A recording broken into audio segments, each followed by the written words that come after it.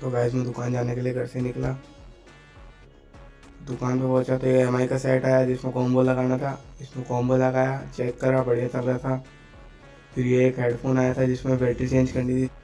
इसकी battery change करी। इसकी बैटरी चेंज करने के बाद ये वीवो का सेट आया जिसमें बैक पैनल और कॉम्बो और बैक पैनल दोनों लगाना था। इसका पहले तो कॉम्बो निकाला, फिर इसमें नया लगाया कॉम्बो, नट चेक किया, नट लगाया बाद उसके बाद इसका बैक पैनल लगाया, बैक पैनल लगा के तैयार हो गया सेट।